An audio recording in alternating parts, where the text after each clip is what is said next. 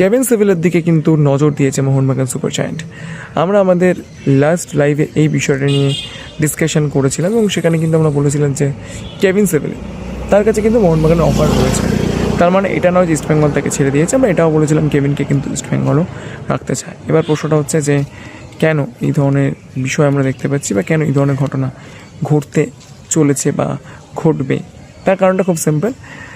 যেহেতু এই মুহূর্তে ইন্ডিয়ান ফুটবলে একটা আনসার্টেনিটি রয়েছে, কোনো ক্লাবই কিন্তু বাইরে থেকে কাউকে খুব ভালো একটা প্রজেক্ট দেখিয়ে যে ইন্ডিয়াতে নিয়ে আসবে, রোডম্যাপ দেখিয়ে নিয়ে আসবে, সেরকমটা কিন্তু নয়। হ্যাঁ, আইএসএল হবে বা যে কোনো ফুটবল লিগই হোক না কেন হবে, সেখানে ইস্টবেঙ্গল মোহনবাগান পার্টিসিপেট করবে। এমনকি ডুরান্ড কাপেও কিন্তু ইস্টবেঙ্গল মোহনবাগানের ফার্স্ট টিমই পার্টিসিপেট করবে। বাট তা সত্ত্বেও কিন্তু খুব হাই প্রোফাইল বা বাইরে থেকে কাউকে কনভিন্স করে নিয়ে আসার যে বিষয়টা, সেইটা কিন্তু কোথাও গিয়ে যেন একটু ধাক্কা খাচ্ছে মোহনবাগান ইস্টবেঙ্গল দুই দলের প্ল্যানিংয়েই। তো সেই জন্য কেভিন সিভিলে কিন্তু অবশ্যই মোহনবাগান সুপার জায়ান্টের রাডারে রয়েছে। তার এজেন্ট তো কথা বলেই ছিল মোহনবাগানের সঙ্গে নিজে থেকেই।